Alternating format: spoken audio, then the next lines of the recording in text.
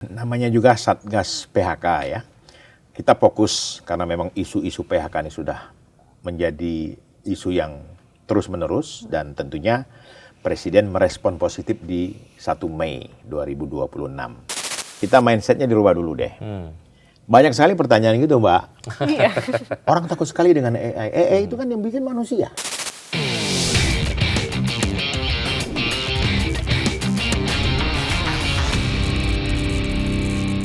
Pemerintah kan kemarin baru membentuk Satgas Mitigasi PHK. Betul. Ya, Pak. Kemarin kan juga sempat di saat Hari Buruh diumumkan Iya, sama Pak Prabowo. ya.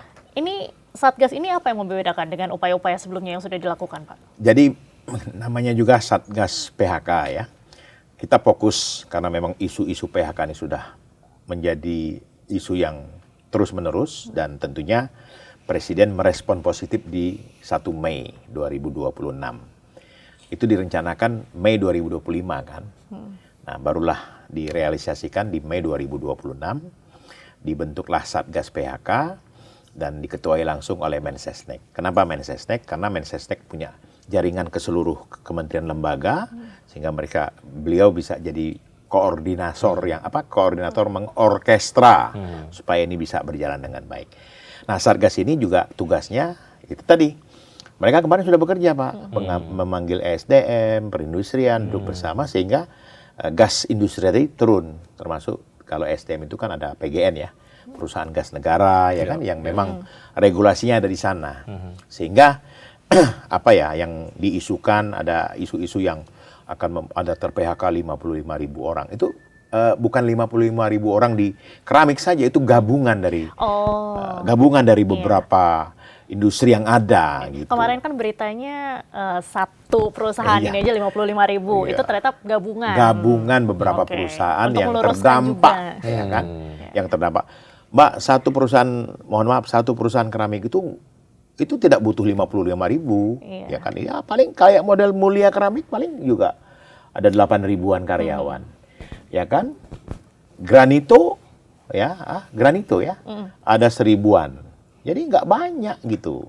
Ya, cuman gabungan akumulasi inilah yang disebut oleh teman-teman serikat pekerja tadi 55.000 gitu.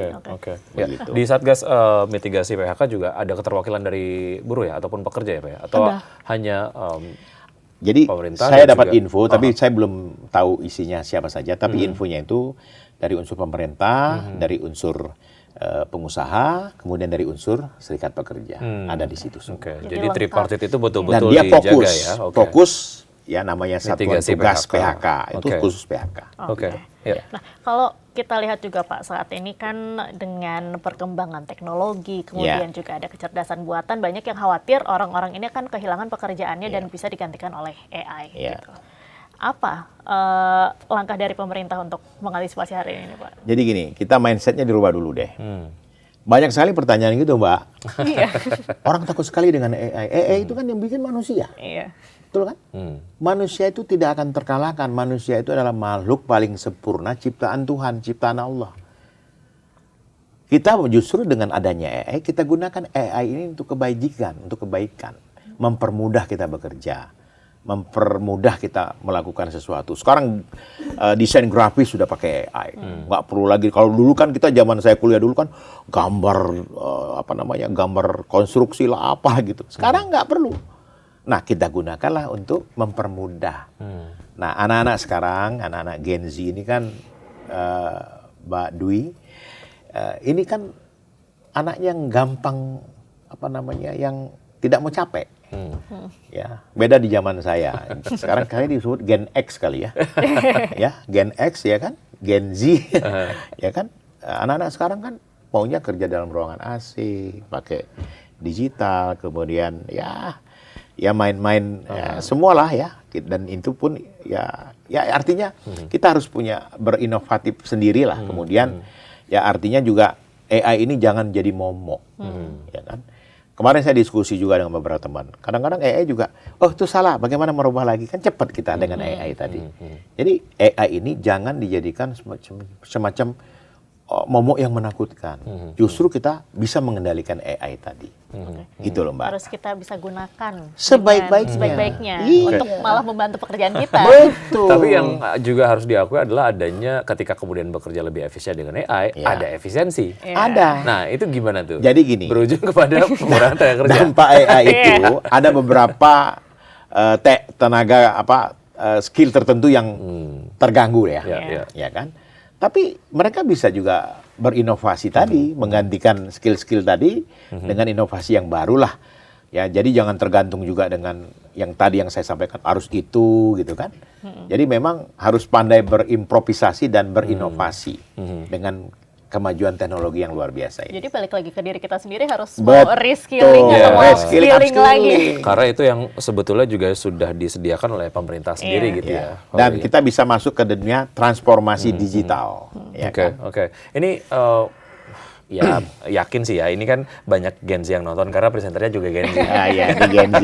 Ini Gen Z berapa umurnya sekarang, Babi? 29. 29. Oh, dong harus Gen Z. Gen Z akhir. Gen Z awal. Lebih muda dari Diandra. Oh iya. Enggak deh. Diandra 29, ini 26. Jauh di atas Diandra. Iya. Pak, saya ini apa namanya nggak kuat bohong. Iya, nggak kuat ini bohong. Nggak biasa bohong. Oke. Kalau bicara mengenai lapangan pekerjaan ataupun ini jenis-jenis pekerjaan yang nampaknya cukup menjanjikan untuk Gen Z ataupun mungkin anak-anak muda yang baru lulus kuliah nih. Tentunya dari Kementerian Ketenagakerjaan kan sudah punya capture-nya lah ya, ataupun proyeksinya lah. Nah, ini apa saja kira-kira? Jadi memang angka lulusan ya kalau untuk SMA, SMK itu setiap tahun itu diperkirakan 3,2 juta Indonesia ini. Dan tentunya untuk lulusan sarjana mulai dari D1 sampai S1 itu ya mungkin sekitar ada 1 juta lebih. Ya. Nah, itu lulusan. Mereka mau kemana? Makanya saya kemarin menggaungkan salah satu yang saya gaungkan adalah ijazah sarjana tidak menjadi semacam acuan lagi untuk bekerja, Pak. Sekarang ini menjadi acuan itu adalah sertifikasi kompetensi. Itu modal, itu satu. Yang kedua, kami dari kementerian ya membuat program atas saran Bapak Presiden, Pak Prabowo, kami melakukan program namanya program magang nasional PMN, ya, yang mana anak-anak baru tamat atau yang kita sering sebut fresh graduate tadi, itu kita akan terima dan kita akan latih mereka dalam soal magang bekerja, ya kan? Dan magang bekerja ini tentunya bisa membantu mereka yang selama ini anak-anak Gen Z kan maunya gampang, ya kan? Nah, bagaimana mereka beradaptasi di lingkungan kerja yang nyata? Bagaimana mereka belajar di lingkungan kerja yang mereka inginkan? Ya kan, misalkan mereka ahli administrasi, masuklah dalam sistem perusahaan yang memang membutuhkan mereka di bidang administrasi, ya kan. Dan kita ajari mereka cara dan mereka mendapatkan pelajaran dari mentor-mentor yang sudah disiapkan perusahaan tadi. Nah, kita membuka peluang-peluang magang nasional ini itu untuk kementerian, lembaga dan BUMN serta perusahaan swasta. Tingkat penerimaan mereka itu 20% dari jumlah karyawan mereka. Begitu. Nah, mungkin dari iNews juga menerima banyak juga kemarin. Kemarin juga banyak ya. Banyak, ya kan? Dan mereka merasa senang dengan program yang dibuat oleh pemerintah melalui Kementerian Tenagakerja. Dan di situ mereka juga mendapatkan pelatihan, pengalaman. Kemudian mereka juga dapat uang saku. Senilai upah minimum daerah mereka pilih. Mereka di Jawa Tengah, Semarang, sesuai dengan daerah Semarang. Magang rasa kerja ya. Magang rasa kerja. Karyawan.